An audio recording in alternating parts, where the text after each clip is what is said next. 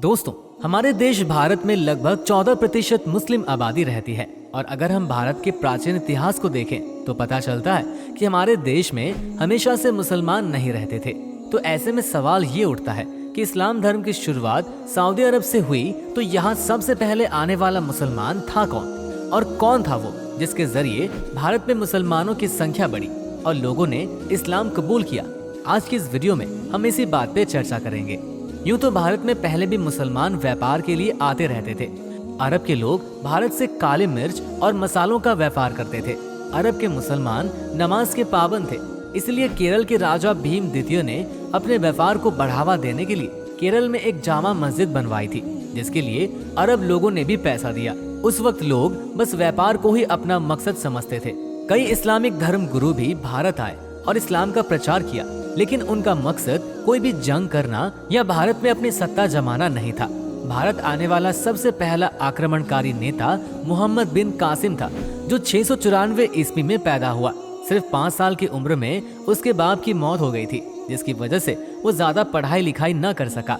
लेकिन मोहम्मद बिन कासिम बचपन से ही बड़ा होशियार और चालाक इंसान था, साथ ही वो खूबसूरत भी बहुत था। मोहम्मद बिन कासिम इराक के खलीफा हज्जाज बिन यूसुफ का भतीजा था, इसलिए बहुत ही कम उम्र में यानी 17 साल की उम्र में वो फौज में भर्ती हो गया था और काबिल होनहार सिपाही साबित हुआ। दोस्तों, असल कहानी की शुरुआत यहाँ से होती है। हमारे देश भारत में एक सिंध राज्य हुआ करता था, जो पाकिस्तान में मौजूद है। सिंध पर राजा दाहिर और उसका भाई धसिया दोनों आधे आधे जगहों पे शासन करते थे।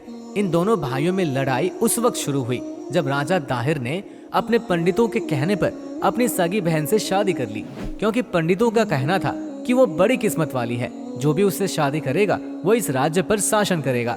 जब इस बात की जानकारी राजा धसिया को हुई तो वो बहुत नाराज हुआ और उसने राजा दाहिर पर हमला करने का फैसला किया। जब तक राजा धसिया राजा दाहिर पर हमला करता, उसे अचानक चेचक की बीमारी हो गई और इसी बीमारी के चलते उसकी मौत भी हो गई। इसके बाद राजा दाहिर बड़ी अकड़ और घमंड के साथ शासन करने लगा, क्योंकि उसका पूरा सिंध पर अकेले का कब्जा हो गया था और उसने अपने पंडितों पर और ज्यादा विश्वास कर लिया। राजा दाहिर एक जालिम और कट्टर दिल वाला इंसान था। वो अपनी जनता पर बहुत ही ज्यादा जुल्म करता था और सारी जनता उसके जुल्मों सितम से बड़ी परेशान थी। उसी दौरान श्रीलंका के गवर्नर ने इराक के गवर्नर को बहुत सारे तोहफे देने के लिए एक जहाज रवाना किया। उस जहाज में कुछ औरतें और आदमी हज के लिए भी गए। जब एक जहाज सिंध की तरफ से निकला, तब लुटेरों ने बंदरगाह पर इसे लूट लिया और उसमें सवार सभी लोगों को मार डाला। इस जहाज में एक इंसान बच गया, जो कि वहां से भागकर इराक के गवर्नर के पास पहुंचा और उससे सारी बात बताई। इराक का गवर्नर हज्जाज बिन यूसुफ उस वक्त बहुत ही जंगी मामलात में लगा हुआ था, इसलिए उसने इस मामले को खत के जरिए निपटाना बेहतर समझा। उन्होंने राजा दाहिर को एक खत लिखा और कहा, हमारे हुए नुकसान की भरपाई करें और लुटेरों को उनके किए की सजा दें। पर राजा दाहिर ने ऐसा कुछ भी नहीं किया और उन लुटेरों को सजा देने से इनकार कर दिया। राजा दाहिर के रवैये से इराक का खलीफा बहुत ज्यादा नाराज हो गया और उसने भारत पर हमला करने का फैसला ले लिया। अब ये बात है 712 ईस्वी की, जब मुसलमानों ने भारत पर पहला सफल आक्रमण किया।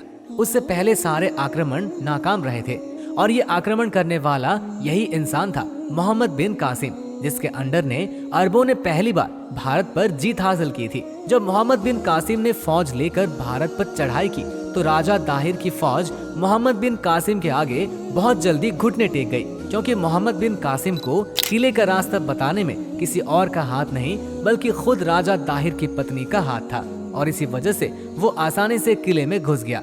मोहम्मद बिन कासिम की तलवारबाजी के आगे राजा दाहिर की सेना कुछ न कर सकी।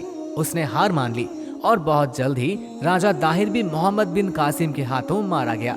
राजा की दाहिर की रियासत को जीतने के बाद मोहम्मद बिन कासिम ने सिंध की दूसरी रियासतों पर भी हमले किए और उन्हें भी जीत लिया। धीरे धीरे एक दिन ऐसा भी आया जब सारे सिंध पर अरबों का कब्जा हो गया और मोहम्मद बिन कासिम ने सिंध पर शासन बना लिया। मोहम्मद बिन कासिम ने लगभग 4 साल तक सिंध पर शासन किया।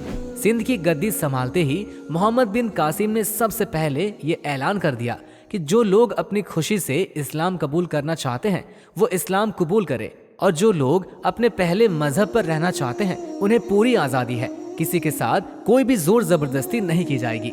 आपको बता दें कि मोहम्मद बिन कासिम गरीबों और अमीरों के साथ भी कोई भेदभाव नहीं करते थे। वो सब के साथ एक जैसे तरीके से मिलते थे। मोहम्मद बिन कासिम के बारे में एक बात बड़ी मशहूर है कि उसका अंदाज बहुत मीठा था। उसका बात करने का तरीका बड़ा प्यार भरा था। सभी जनता बड़ी खुश थी और शासन भी ठीक ठाक चल रहा था। पर एक कहावत तो आपने सुनी ही होगी, वक्त किसी का दोस्त नहीं है, वो कब मिजाज बदल दे ये कोई नहीं समझ सकता। दोस्तों, ये बात जानकर आपको हैरानी होगी कि मोहम्मद बिन कासिम की सिर्फ 20 साल की उम्र में मौत हो गई और उसकी मौत कोई हादसा नहीं और न ही वो किसी लड़ाई में मारा गया, बल्कि उसकी मौत उसके अपने हुक्मरानों द्वारा ही की गई थी।